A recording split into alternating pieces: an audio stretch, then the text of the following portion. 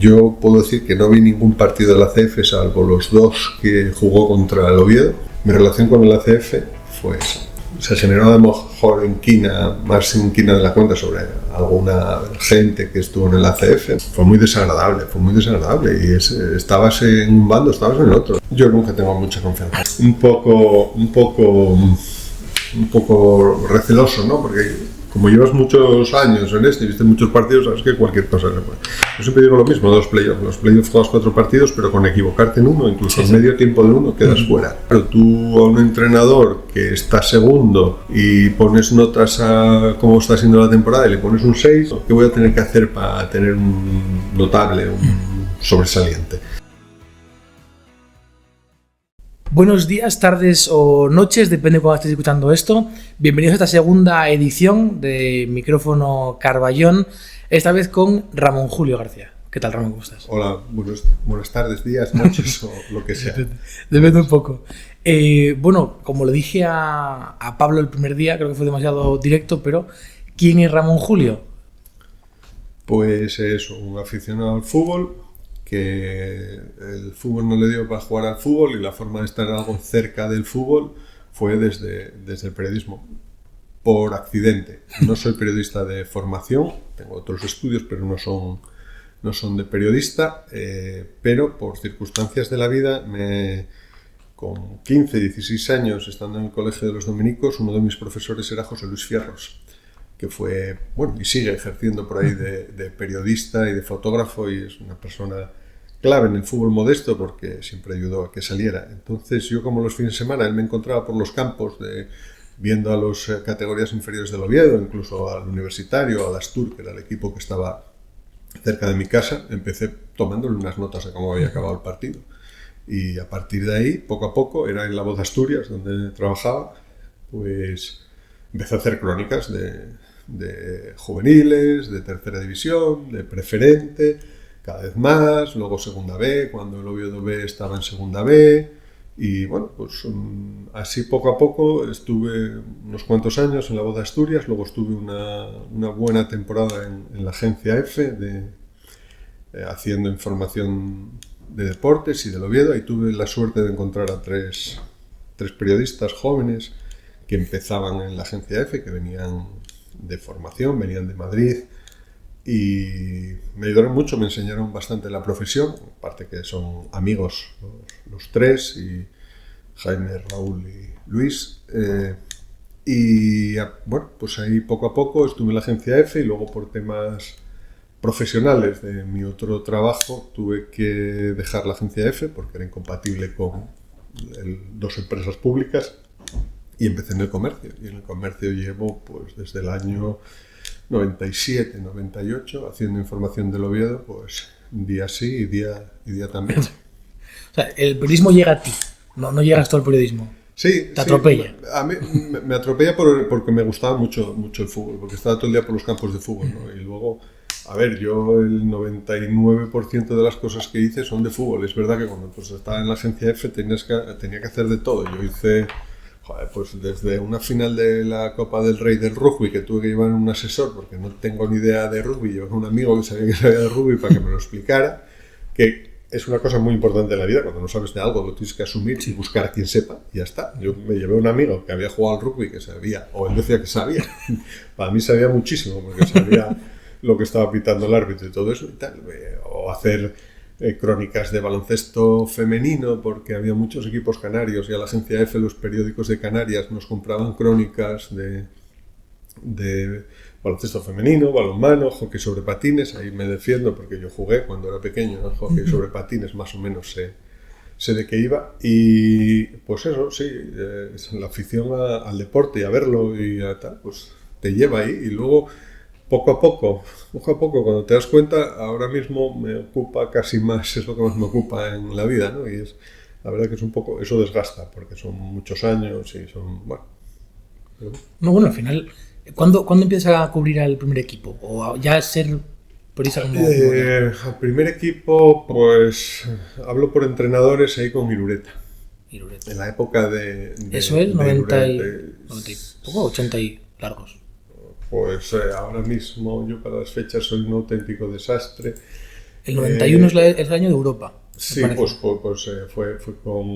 fue con Irureta, pues calcula que eso es el 93, yo creo, 92, 93, 90-91 fue la que consiguió el Oviedo la clasificación. La 90-91 fue la que consiguió la clasificación con la UEFA, la jugó en la 91-92.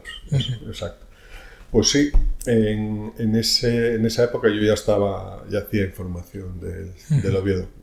También la compaginaba con lo de las categorías inferiores. A mí es lo que más me gusta. Lo que pasa es que ahora ya llega un momento que si tienes que viajar con el primer equipo el fin de semana que juega en casa, si encima te tiras, como yo me llego tirado, pues un montón de partidos de bajar al Requesión, yo vi al Oviedo, lo vi jugar, las categorías inferiores, fui a partidos en el campo de San Lázaro, que ya no existe, en Forniella, que estaba donde Callés, donde la cerámica, que fue uno de los emplazamientos que se barajó para la ciudad deportiva, pero está al otro lado del Requesión. Lo fui a ver a Coyoto, los fui a ver a, no sé, un montón de sitios, ¿no? Que jugando como local, ¿no? El equipo. Y sí, bueno, hacía el primer equipo, crónicas del primer equipo, cuando estaba en la agencia EFE, bueno, la información no era como ahora en un periódico que todos los días tienes que hacer información, pues sacabas noticias cuando lo sabías, quiero decir. Un poco, digamos, lo gordo. Quiero decir, pues oye, este está lesionado, está tal, para mandar información, una agencia manda información a los periódicos de la ciudad contra la que juegas normalmente, o tal. Pues, evidentemente, cuando juegas contra el Madrid o contra el Barcelona, esas semanas te están reclamando toda la semana que escribas cosas y que cuentes cosas del Oviedo, que parece que es solo cuando interesan los equipos, de los grandes, pero bueno, en general, eso, sí, pero llevo desde la época de Irureta, sí, por eso, por los 90. El primer entrenador de una rueda, al que fui a una rueda de prensa, siendo del Real Oviedo, fue Carrete, pero vamos, fui porque de forma puntual y tal, tengo el recuerdo de la primera rueda de prensa y de alguna de sus primeras palabras, como donde dijo: quiero que haya compañerismo, no vayamos a tener problemas. Dice: ahora vamos a ayudar todos y cuando acabe, hostias y palos para todo el mundo. Bueno, si ahora sale un entrenador y dice eso, pues lo cuelgan del palo mayor, pero bueno, eran cosas que pasaban. ¿Y como aficionado o como seguidor del Oviedo, cuándo? Pues de nacimiento. El año que viene, si Dios quiere, y llego ya, cumplo los 50 años de abonado del Oviedo. Porque yo, aunque nunca hice uso del carneo, generalmente no lo uso, estás acreditado como preso, mantuve mi carné, el mío y el de mi hija. Ya a cumplir 30 años, lleva 30 años de socia y vive en Londres. Quiero decir, puede venir a 2 partidos al año, 3 partidos al año, y tenemos los 2 recibos, los 2 abonos en casa, porque del Oviedo se es desde que se nace hasta que se muere, no está. Y si, bueno, gracias a Dios te puedes permitir pagar el abono para seguir manteniéndolo, pues ya está. Y nosotros eso es lo que hacemos. Pues evidentemente a veces pues se lo dejo a un amigo o una amiga o a mi mujer, como el domingo, o a quien sea, para eso, pero yo voy a hacer 50 años. Es decir, me hice socio me hicieron socio con 7 años. Y hubo épocas, yo recuerdo cuando pasé de la categoría juvenil a la de adulto, que había que pagar era en primera y había que pagar una cantidad importante de dinero. Creo que eran sobre 40.000 pesetas, una cosa así, que son algo menos de 300. Ya no controlo. Algo menos de 300, 200 y pico euros, 250 euros, una cosa así. Claro, para el cambio. Para un estudiante. Exacto. Un chaval de 19 años pasabas a tener, ¿no? Yo creo que aquel año fue tal. También cuando se convirtió en sociedad anónima compré la parte de acciones que me correspondía entonces, que eran 40.000 pesetas también. Eran 4 acciones a 10.000 pesetas de entonces, o sea, 4 acciones a 60 euros. Y sí, vamos, desde ahí siempre se fue del Oviedo. En mi casa era más del Oviedo mi madre que mi padre. Mi padre era del Oviedo y tal, pero la que se enfadaba y te quedabas el domingo sin cenar si perdía el Oviedo era mi madre. ¿Sí? Si venía del fútbol tal, además que era más pasional, gritar algo en el campo y levantarse del asiento y eso y tal, ¿no? Mi padre iba, veía el partido, le gustaba, siempre vio fútbol por la tele y todas esas cosas, pero la ultra era mi madre, que eso se mamó, y bueno, con mi hermano también, que también es periodista y chisco, está en Onda Cero y también trabaja en el comercio, también pues es oviedista de nacimiento, son cosas heredado, que salen de casa, está heredado, y no hay discusión sobre de qué equipo es. ¿Cómo era ese Oviedo de primera? Ese de los... porque he visto. Bueno, era mucho más familiar, mucho más cercano, pero no solo era el Oviedo, eran todos los clubes, era otra cosa. Tú bajabas a un entrenamiento y estabas viendo entrenar a los jugadores a escasos metros de ti, estabas incluso hasta hablando con ellos durante un entrenamiento, no había estos servicios de prensa que hay ahora, que vuelvo a decir, no creo que... No es cuestión del Real Oviedo, es cuestión de cómo está montado el negocio de fútbol, cómo está montada la sociedad. ¿Quién te iba a decir que tú te informaras? Ahora la gente mayoritariamente se informa por los teléfonos móviles. O sea, antes la gente iba a comprar el periódico por la mañana, ponía la radio para escuchar las noticias. Ahora, bueno, pues es distinto. Yo no digo que sea mejor o peor. Hombre, en el fondo a mí me gustaba más lo de antes. No digo que sea mejor, pero es lo que hay que adaptarse, ¿no? Es como... si tú te quieres dedicar al periodismo y no tienes redes sociales, estás perdido. O sea, ahora mismo los comunicados de los clubes, bueno, te pasa que tienes que seguir hasta las novias de los jugadores y las mujeres, porque a veces encuentras una noticia en el Instagram de una novia haciendo las maletas. Y dices, bueno, pues nada, ahí está, fulanito está haciendo las maletas. La que se montó con Colombato este verano porque estaba vendiendo cosas bueno, pues, digo eso, por ejemplo, pero hay 1000 casos, ¿no? El otro día que estuve haciendo un barrido, cuentas Instagram, ¿esta chica quién es? Ah, sí, era novia de un jugador que había estado en el Oviedo hace 4 temporadas, y yo, bueno, pues evidentemente si algo aprendes es que, bueno, es una forma de rastrear y de estar al día de lo que tal, y sabes dónde están de vacaciones, que a veces no es muy útil, pero a veces ayuda. Además tienes conocimiento sobre los futbolistas, sobre la gente, sobre, no sé, pues si ves que Omenchenko pone que falleció su madre, que falleció recientemente y tal, no sé qué, bueno, pues entiendes cuando dijeron que se iba del Mirandés a Uruguay por motivos personales. Bueno, pues sí, eran motivos personales. A los pocos meses falleció su madre, ¿no? Quiero decir que son cosas que te dan alguna pista de cómo funciona esto. Yo siempre recuerdo una vez en el Requesón, después de que Luis Manuel hubiera ido a la selección, jugaron un partido de España contra Portugal, y a él le tocó marcar a Futre. Y bueno, la verdad que Luis Manuel era un central, yo creo que lo había puesto de lateral derecho, y Luis Manuel, bueno, y le había liado alguna, ¿no? Y en el entrenamiento hubo un poco de... Alguien estaba diciendo, joder, vaya la que le lió Futre a Luis Manuel y tal, ¿no? Yo creo que fue Berto el que lo dijo, y la Catus dijo... ¿Por qué estás hablando así de un compañero? ¿Mañana qué vas a hablar así mal de mí? Quiero decir que estabas presente, vivías el día a día de una conversación que podía ser de vestuario. Evidentemente, no había Twitter, no salías a decir, hoy la Catus le dijo a Berto que tal. Pues una cosa que te queda en la memoria y ya está, ¿no? Y sigues...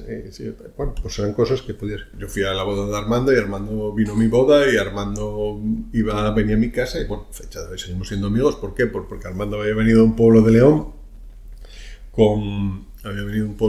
con 15, 16 años, yo tenía entonces 17, 18, coincidíamos en el barrio, porque éramos del barrio, íbamos juntos a ver los partidos de fútbol a un garaje que había en la calle Colón, que teníamos un amigo que nos ponía el fútbol allí y tal, y jugábamos a veces al balón entre coches allí y tal, y bueno, éramos amigos, y eso ahora mismo pues es inconcebible. Y bueno, en mi caso además, que por la edad, evidentemente, porque los jugadores ya podían ser casi nietos míos, no voy a decir hijos, pero bueno, hijos sí.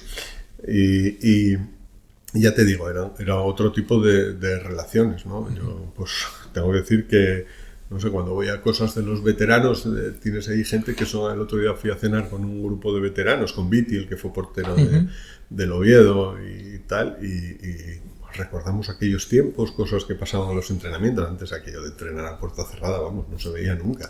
El jueves había partidillo en el Tartiere y era una maravilla, porque la gente piraba de los institutos y de los colegios de alrededor para ir a ver el entrenamiento, ¿no? Era comprar la bolsa de pipas, ir al viejo Carlos Tartiere a tal. Que digo lo de las pipas porque aparecía Vences por allí a reñir porque estaban ensuciando la gente el campo, ¿no? Para el partido del domingo. Pero bueno, ya te digo, son otros tiempos, no son ni mejores ni peores, son distintos.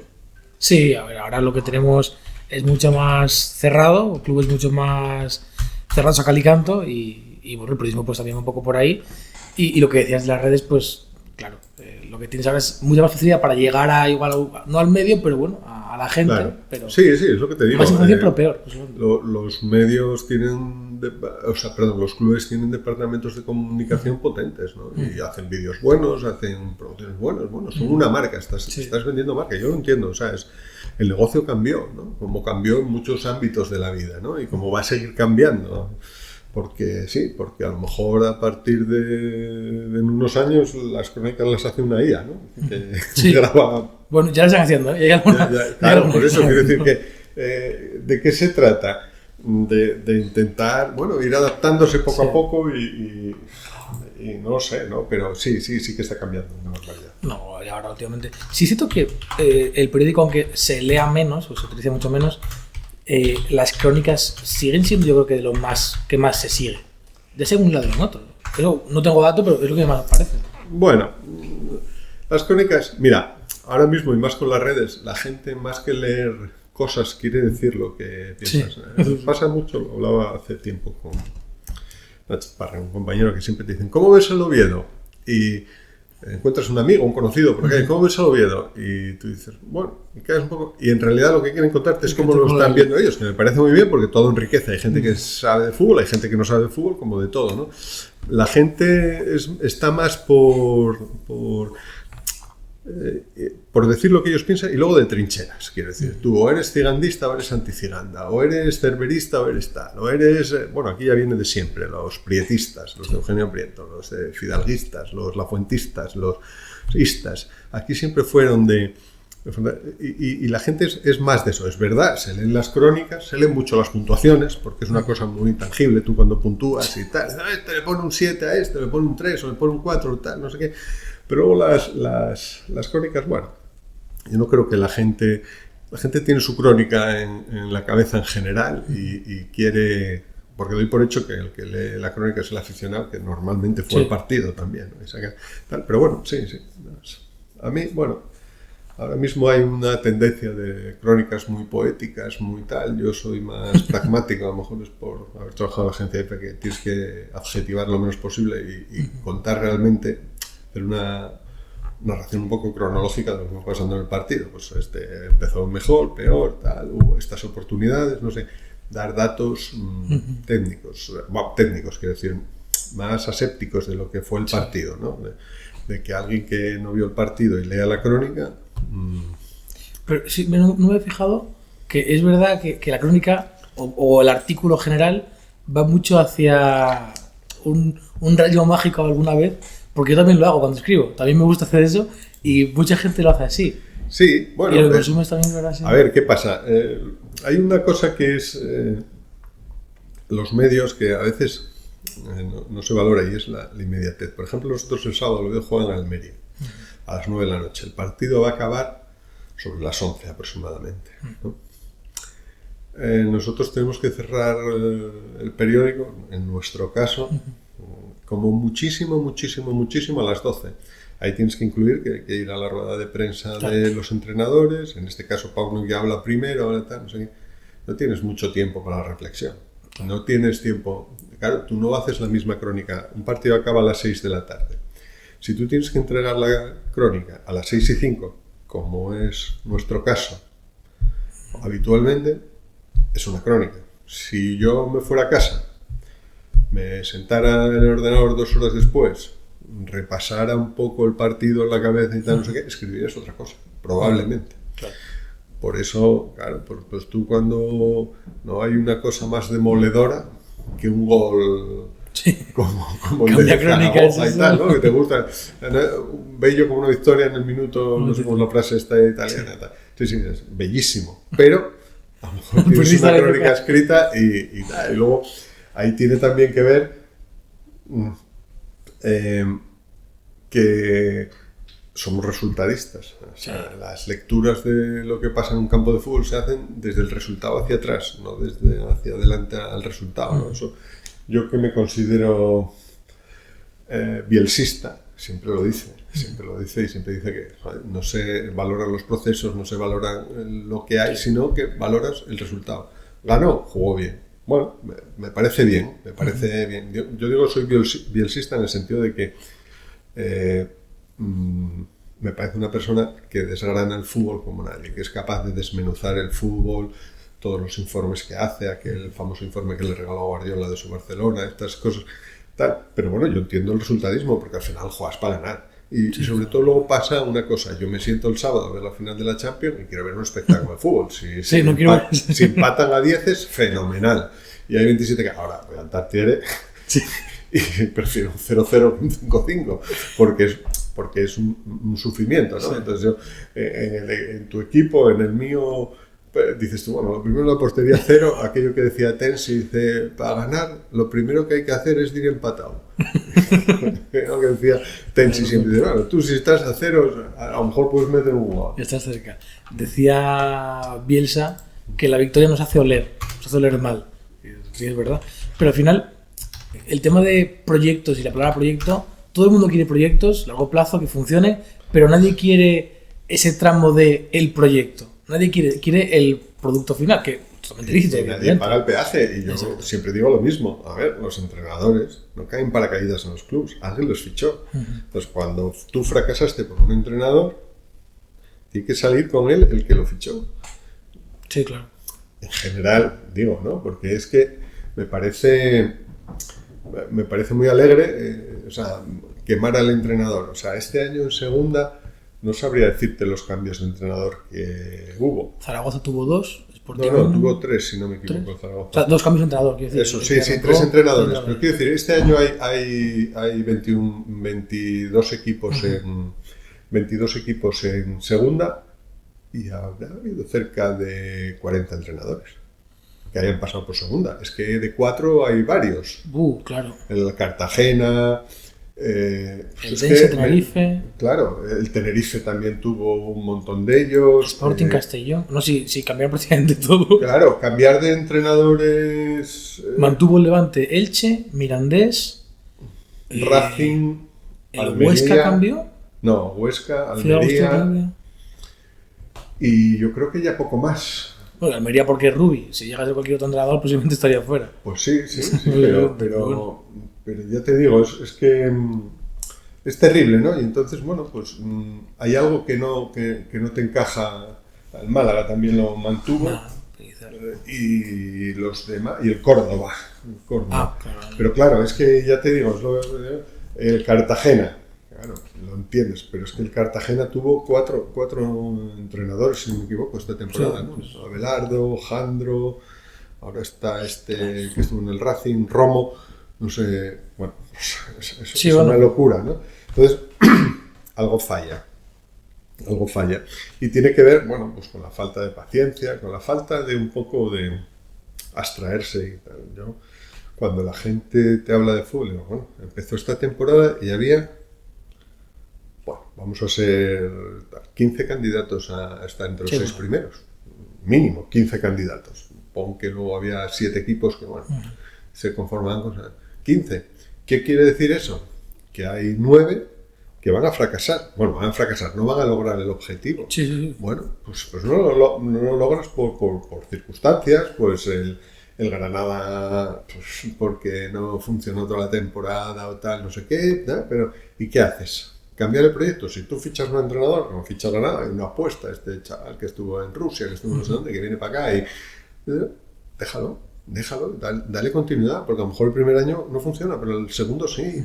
Siempre digo lo mismo, no es comparable, pero Guardiola, creo que fue en un partido contra el Racing, de la que estuvo contra las cuerdas, porque había aquel Barcelona que luego marcó época, empezó muy mal. No, sé, no, el club fue otro año, que también arrancó. Suelen arrancar muy mal. No sé, bueno, pero quiero decir, y es hablar por nada, porque es que luego la gente, porque aquí le sacan punta, está comparando con Guardiola. No, hombre, estoy diciendo que hay que en un momento dado tener cierta paciencia con los proyectos y con las cosas para que cuajen, ¿no? No es decir, ala, venga, y cambio un entrenador y lo arreglo. Es verdad que hay entrenadores que son revulsivos en un momento dado, pero en general yo creo que la palabra proyecto es la mayor mentira que hay en el fútbol. O sea, proyecto, no sé, hay casos puntuales por ahí. El Eibar, a mí me parece un equipo que dices tú, bueno, pues Eibar está haciendo lo que tiene que hacer. No se está metiendo en líos, ha hecho una ciudad deportiva, estuvo en primera, lo que tal. Claro, porque cuando tú dices el Oviedo es un histórico, bueno, sí, pero si tú coges los últimos 20 años, el Getafe, el Leganés, el Eibar y todos estos tienen más historia. Evidentemente, luego hay otros 80 años hacia atrás que el Oviedo tiene una historia y luego tiene una cosa pues que no va a tener nunca el Eibar, que no va a tener el Getafe, no va a tener el Leganés. Son 30.000 el domingo en el campo, una ciudad volcada con el equipo, esos niveles, eso no lo van a tener, pero hay que relativizar. O sea, pues es que el sitio del Oviedo es primera, ¿verdad? En una primera de 50. Es así, aunque estoy diciendo, soy del Oviedo, llevo 50 años de abonado del Oviedo, pero el Deportivo cree que su sitio está en primera, el Málaga cree que su sitio está en primera, el Murcia cree que su sitio está en primera, el Levante cree que su sitio está en primera, el Cádiz cree que su equipo está en primera, el Córdoba, el Burgos, todos creen que su sitio está en primera, todos creemos eso ya, pero en primera hay 20 sitios. Sí. Y si quitas ya 5 o 6 que son pues, Madrid, Barcelona, Atleti, tal, sí. Te quedan 15 plazas para 60 equipos de equipos con un soporte de afición de ciudades detrás, ¿no? Entonces, claro, pues el Tenerife cree que su sitio está en primera, Las Palmas cree que su sitio está en primera. O sea, te estoy diciendo, Luis, ¿a ti te extraña que Las Palmas o el Tenerife estén en primera? No, pues son equipos que estuvieron mucho tiempo y tal. El Murcia hace años, pues más joven no... No, el Murcia no lo vi. Albacete creo que fue lo más Bueno, pues Albacete estuvo en primera, Granada sí. Pues estuvo en primera, ¿no? Entonces, hay que tener... ¿Cómo veo yo mi modelo de club? Pues un club que saque gente de casa, que le dé cariño a los suyos, que poco a poco vaya creciendo, y tranquilo y que no tenga sobresaltos. Lo que no quiere son sobresaltos, ¿no? Tranquilidad a la media tabla. Sí, claro, porque bueno, pues aquí yo recuerdo cuando empezó la decadencia del Oviedo, y fíjate que cierro los ojos y tengo un punto de inflexión para mí en decir, este club no está funcionando. Y es un entrenamiento de sábado en el viejo Carlos Tartiere, cuando el equipo eran otros tiempos, marchaba con el autobús desde allí muchas veces, entrenaba y marchaba donde tuviera que jugar. Y vi que marchaban como 5 o 6 jugadores extranjeros en sus coches para casa, que estaban sin convocar y tal. Y digo, esto no lo soporta nadie. O sea, pagar sueldos a jugadores que no están jugando. Aquella época de un Oviedo que tenía como 11 nacionalidades distintas. Había de todos los países, de Macedonia, Croacia, Serbia, Argentina, Uruguay, Panamá. No estoy viviendo así los que me vienen a la cabeza y tal. No tengo nada, evidentemente, con que tengas que tener determinados jugadores y tal. No, pero el Oviedo que nosotros recordamos como fuerte es el Oviedo el que tenía un núcleo duro de jugadores o de casa o venidos como Sañudo, Gorriarán, esta serie de gente, Viñals, El Cacho y tal, que eran un grupo, que eran familia, que tiraban de tal. Entonces ahí llegaba cualquier otro jugador, encajaba, ellos lo llevaban por buen camino. Y bueno, Así que pagar la calidad se paga, si no lo tienes, pero traer jugadores de fuera y pagarles una pasta por cubrir el hueco. Sí, la verdad que hay posiciones que tú tienes que intentar cubrir con gente de casa siempre, ¿no? Y eso es importante porque digan lo que digan, el valor añadido de un canterano pues siempre es importante. Yo el domingo pues estuve charlando un rato en el Tartiere con Bretones y con Jimmy, que estaban viendo el partido allí juntos y tal, y bueno, pues te da gusto ver estos chavales. Jimmy viene con la misma ilusión que cualquier aficionado de que al Oviedo le vaya bien. El campo le da para lo que le dé. Yo creo que es un jugador más que correcto para la segunda división. Puede tener un hueco en cualquier plantilla de segunda, porque es un jugador, bueno, ahí están los partidos que jugó, ¿no? Y yo creo que eso sí que es un valor añadido para los clubes que a veces no... Identidad. Se pierde, sí. Que esto a veces falta un poco. Vamos a los años de... bueno... ya lo último de primera ya fue casi el descenso. Respecto al periodismo, al cubrir el equipo ese dichoso año, ¿cómo se vivió? Hubo mucha tensión, sobre todo en la fase final. Hubo unas declaraciones de Antí que se grabaron, una grabación que salió por ahí de él diciendo que era un equipo de tercera. Esas grabaciones se pusieron en el vestuario, las oyeron los jugadores enfadados, y ahí en aquel momento es en el que dices tú, esto huele mal, ¿no? Yo estuve en Mallorca el día aquel del descenso y fue todo muy doloroso, y sobre todo porque veíamos lo que venía después, ¿no? Que en primera cualquier cosa más o menos se aguanta, una deuda como la que tenía el Oviedo en primera era más o menos asumible, se podía tirar hacia adelante, pero que estaba claro que en segunda, con menos televisión y todo esto, pues iba a haber problemas, y al final los hubo, y más de los que se metió luego la política por medio también, y eso ya acabó de destrozar al club. Pero bueno. Ese descenso estaba antes, decisiones fantásticas como la de Stan Collymore, que fue fantástico como acabó.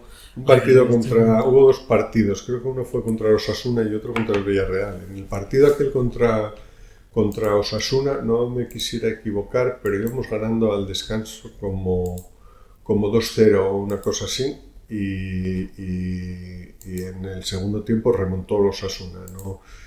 No te lo puedo buscar porque fue un partido que a mí me marcó y que ese día dije, tenemos problemas y muy serios, sí, efectivamente. El minuto 14 gol de Oli, minuto 44 de Tomic, 2-0. El Osasuna ese día casi perdía cualquier opción le metías ya una diferencia de muchos puntos y parecía que estaba salvado. Y resulta que en el segundo tiempo pues acabaron remontando 2-3, y aquel día empezaron a, como dice un amigo mío, a soplar los batuts y decir, aquí esto se complica. Y es verdad, en aquel partido jugó Paunovic, fue Paunovic titular, ¿no? Yo creo que aquel partido fue uno de los que marcó el descenso. Si el Oviedo hubiera ganado aquel partido, pues estábamos hablando de una cosa completamente distinta, y ahí podemos extrapolar a qué voluble es el negocio en fútbol. Sí, es decir, cómo cambia la historia, porque en un momento dado, pues en ese partido, en la primera jugada del segundo tiempo, hay un rebote y el Oviedo marca el tercero, con 3-0 acabas ganando 3-0, el Oviedo acaba logrando la permanencia y la historia es completamente diferente. Me gusta mucho en el viejo Oviedo, en el libro de Nacho Azparren, al final cuando, no recuerdo quién es el que falla un disparo en el último partido de esa liga, y luego te pone cómo acaba la situación. Bueno, el Oviedo desciende. Creo que se refiere al de Jaime, te refieres. Al gol que falló Jaime. Sí. Bueno, falló. Sí, pero a Jaime le recuerda a todo el mundo por el gol que falló contra el Real Madrid, pero no se acuerdan que la semana anterior había marcado el gol de la victoria en el Nou Camp, que el Oviedo ganó 0-1 al Barcelona. Bueno, sí, siempre va a quedar el último recuerdo, y me gusta cómo luego le da la vuelta y para acabar el libro te dibuja cómo hubiera sido todo o cómo se lo imaginaba él si hubiera entrado ese gol. Y ejemplifica muy bien lo que dices de lo voluble que es el fútbol, absolutamente, y de cómo cambia un gol o un palo, cómo puede cambiar toda la historia. Luego vamos ya al descenso consecutivos. Esos años en general, porque son bastante duros, ¿cómo se vive desde Oviedo? Me decía Pablo el otro día, Pablo Fernández, que hubo un apagón informativo esos años. ¿Cómo se vive todo eso? Bueno, pues fueron muy complicados y fueron de pensar que el Oviedo se acababa. En muchos momentos... Hubo un punto en el que realmente... Yo pensé que el Oviedo se acababa, ¿no? Y fue un momento muy complicado informativamente también, porque ahí estaba claro, estábamos en la época de que Gabino de Lorenzo era alcalde de Oviedo, con unas mayorías que cada vez eran mayores, arrasando, y defender al Oviedo era ir contra el ayuntamiento. Y él utilizó a los medios que le eran afines en aquel momento, todos sabemos los que eran, y alguno propio incluso, tenía una emisora de radio solo para hacer aquello Radio Vetusta, Y el resto, pues hacíamos lo que podíamos. Hubo gente a la que le pudo costar el puesto de trabajo y a la que le costó el puesto de trabajo las presiones políticas sobre los directores de los medios para que tuvieran otra línea editorial. Fueron momentos complicados y fueron momentos... Pero si me das a elegir ahora y viendo lo que pasó después, digo, casi es mejor porque hubo mucha gente que aprendió lo que era el ovidismo. Hubo un concepto de un amor desinteresado a un club que era objetivamente un club de tercera división con 1000 dificultades y tal, pero es que era tu club, ¿no? Me recuerda aquella frase del Principito, ¿no? Era tu equipo y era por el que luchabas, y el ejemplo que se dio en aquel momento de pelear por lo de cada uno, y una tarea que parecía prácticamente imposible, salvar al Oviedo y tal, se consiguió, ¿no? Y bueno, pues sí, yo por eso a veces ves fotos de aquella época y el otro día veía una del día de la nieve, ahí la gente quitando la nieve con los rastrillos. Bueno, pues a lo mejor eso es más folclórico y es solo testimonio, pero es que era verdad, era una cooperativa, ¿no? En mi casa, yo recuerdo que mi madre hizo sociedad a la perra, porque había que tener abonados y pagar un carne para darle dinero al club. Una forma era pues hacer tal y hacer un abono de más a nombre de un familiar que sabías que no iba a venir nunca al fútbol para que... Bueno, fueron momentos duros en ese sentido, pero bueno, yo creo que sembró una semilla de oviedismo que el que fue del Oviedo en aquella época no va a dejar de ser nunca y va, vamos, no sé, insisto, que visto lo que pasó, bueno, tampoco es para renegar de ella, ¿no? Porque también fue ejemplo en muchas cosas. Al final, de aquellos, ¿cómo se dice? De aquellos barros, estos lodos, es la frase.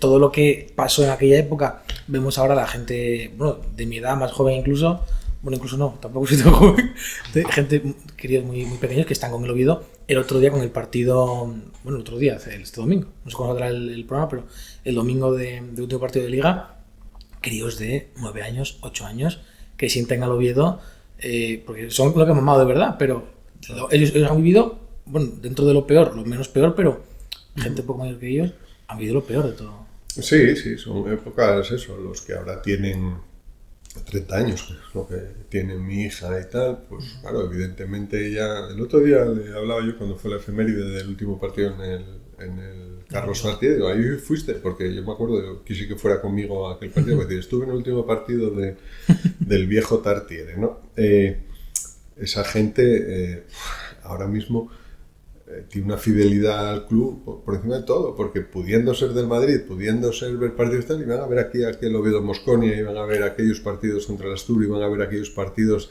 contra el Sporting B, iban a ver aquellos partidos en los que muchas veces saliste humillado, viste un Oviedo que era ridículo, que hubo momentos ahí de juicios, de historias, Alberto González, José Ángel y Pantoja, que fueron dos que, claro, lo dices tú, no, fueron dueños del Oviedo en un momento dado, porque tenían las acciones de Celso, todas aquellas historias que dices tú, claro, Alberto González dando una rueda de prensa y demostrando que el acuerdo que tenía, porque los folios de México eran distintos que los de aquí, eran cosas surrealistas que había, ¿no? La gente, tal, es que yo vi aquí justo lo contrario que pasó pasa en los clubes, ¿no? Que en los clubes a veces los jugadores y tal pagan viajes de los ultras, pagan cosas ultras. Yo vi aquí a ultras, bueno, cuando digo ultras, pagando sueldos de jugadores. O sea, que se les pagaban sueldos a los jugadores. O sea, yo me acuerdo con el club de pagar dinero por fuera a los jugadores para que estuvieran aquí. Algún jugador cobró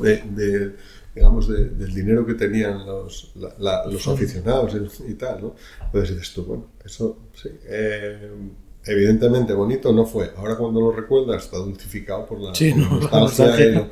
La nostalgia hace que lo vivas como diciendo, joder, es que yo fui de un club de tal, o levantarte un día y ver toda la ciudad con carteles en las glorietas y tal, de Alberto vete ya, ¿no? O sea, la gente, eso hace gracia, pero detrás hubo quien financió, hubo quien se echó unas horas de curro, hubo quien estuvo defendiendo a su club porque sí, porque quería que el Oviedo siguiera adelante, ¿no? Entonces, bueno, eso a veces no se valora y no se tiene en cuenta a gente de aquella, ¿no? Bueno, pues ahora con el centenario hubo cierto malestar por eso, pero... Sí, hubo algo de molestia. Oviedo ACF.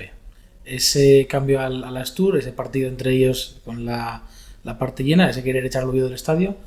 ¿Eso cómo fue? Porque yo, claro, soy algo mejor que tu hija, tengo 27 años, soy del 97, y yo eso no lo viví porque tampoco estaba dentro del Oviedo, pero ¿cómo fue todo eso?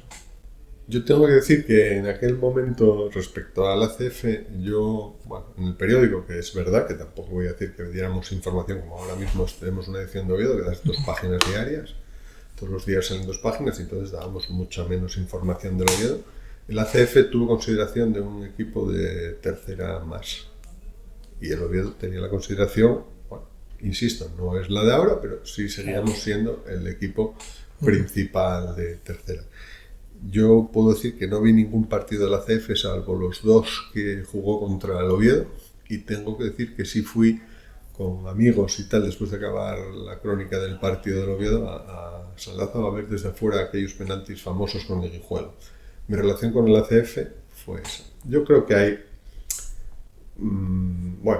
se generó a lo mejor más inquina de la cuenta sobre alguna gente que estuvo en el ACF, porque para llevar el sueldo a casa todo el mundo a veces tiene que hacer cosas que no le gustan o lo que sea, pero fue muy desagradable, y estabas en un bando, estabas en el otro, y vuelvo a decir, el poder de la ciudad estaba a favor del ACF, ¿no? Y las fotos del Café Español están ahí, y los que estaban en aquella foto sabemos quién son, es una foto, ¿no? Eso no está trucado. Sí. Si estaba el señor Cantelli, estaba el Ramiro Fernández, estaba el otro, estaban en esa foto y no los va a quitar nadie, ¿no? Habrá que perdonar con el tiempo y decir, que son cosas que pasan, pero que tampoco luego te venga nadie a dar lecciones de lo que hay que hacer y lo que no hay que hacer, ¿vale? Exacto. Ya avanzamos en el tiempo, algo más dulce, actual, esa temporada. Me decía Pablo Fernández el otro día que es una pena que esa temporada, donde se han roto muchos récords, donde se bate todo prácticamente, sea un poco... ahora ya con la parte de Paunovic parece que no, pero viene siendo un año muy, muy frío. Sí, y tiene que ver con lo que pasó el año anterior, ¿no? El año anterior logras lo que llevabas buscando una década, meterte en el playoff.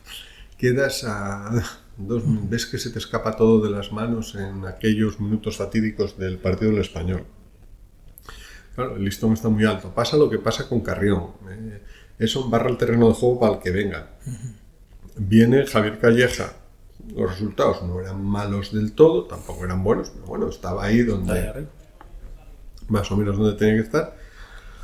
Y no acaba de conectar. Porque la gente tenía el listón muy alto, probablemente. A lo mejor si esa temporada que estaba haciendo Calleja fuera la anterior, desde el principio, no hubiera pasado nada y habría más ilusión, ¿no? Pero yo creo que viene un poco de donde pongas tú las expectativas y tal. Y la gente debió pensar que ya el playoff era poco, que hay que ir al ascenso directo, que además hay que jugar bien, que eso es un añadido que no hace más que meter presión aquí a los jugadores. Cuando hablas del estilo Pachuca y tal, es una cosa que a mí personalmente no me gusta. A mí me parece bien que Pachuca, que son los dueños del club, pongan al entrenador que quieran para que juegue como sea, pero estar todo el día examinándolo con el tal. Claro, tú a un entrenador que está segundo y pones notas a cómo está siendo la temporada y le pones un 6, pues ¿qué voy a tener que hacer estando segundo? ¿Qué voy a tener que hacer para tener un notable, un sobresaliente?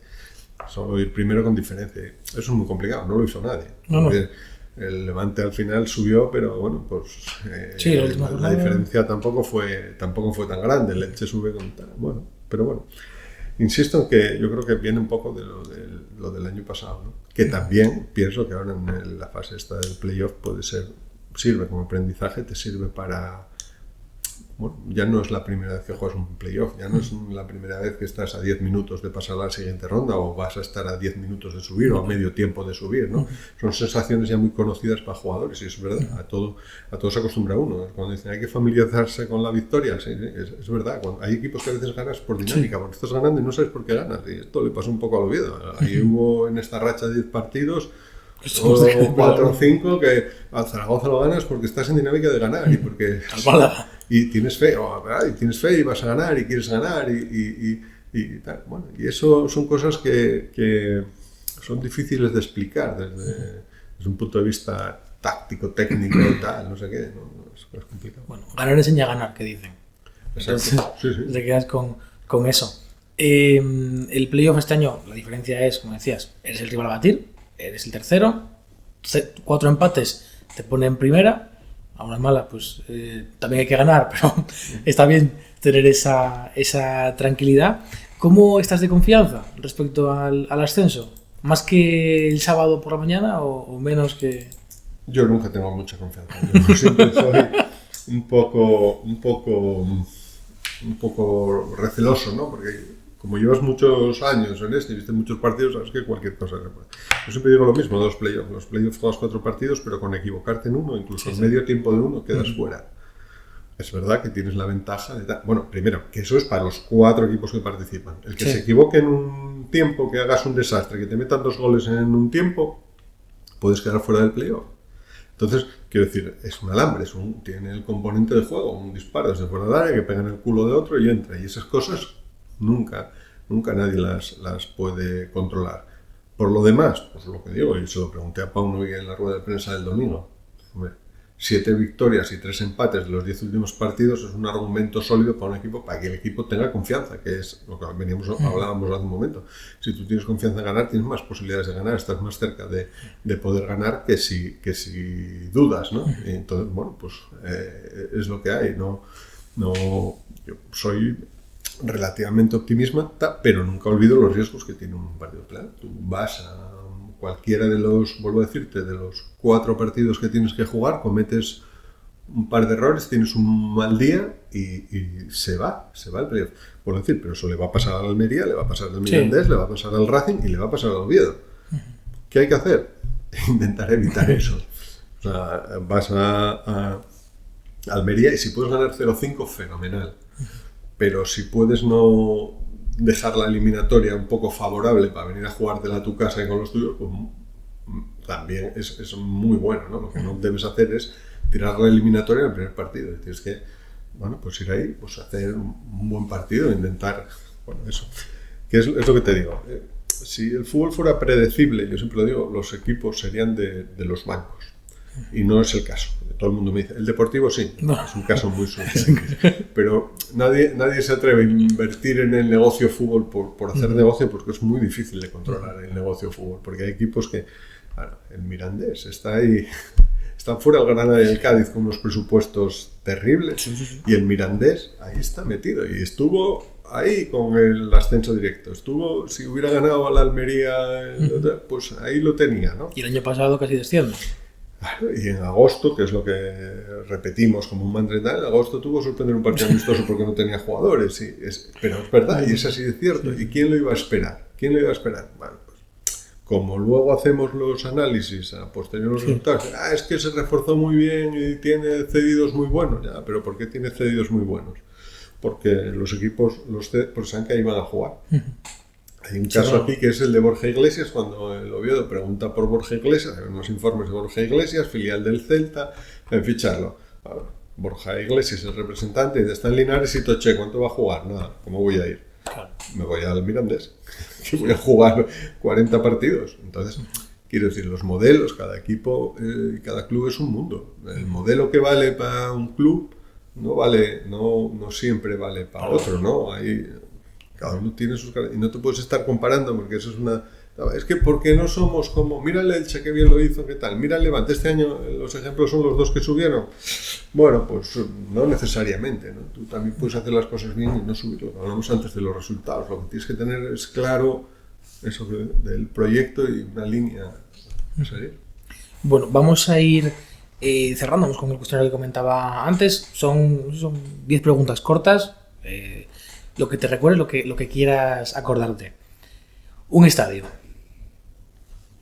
Aparte del Carlos Tartiere. El que quieras. No, pues en mi casa, el Carlos Tartiere, que llevo sentándome desde que se inauguró el mismo pupitre de prensa, desde el sitio. Yo solo veo el fútbol desde ese sitio. Si alguna vez llegó un medio de comunicación de fuera que llegara antes que yo, cosa poco probable, porque llego en los primeros y digo, oye, si no te importa, es un sitio aunque no sea y tal, y me siento ahí, no, ahí estoy bien.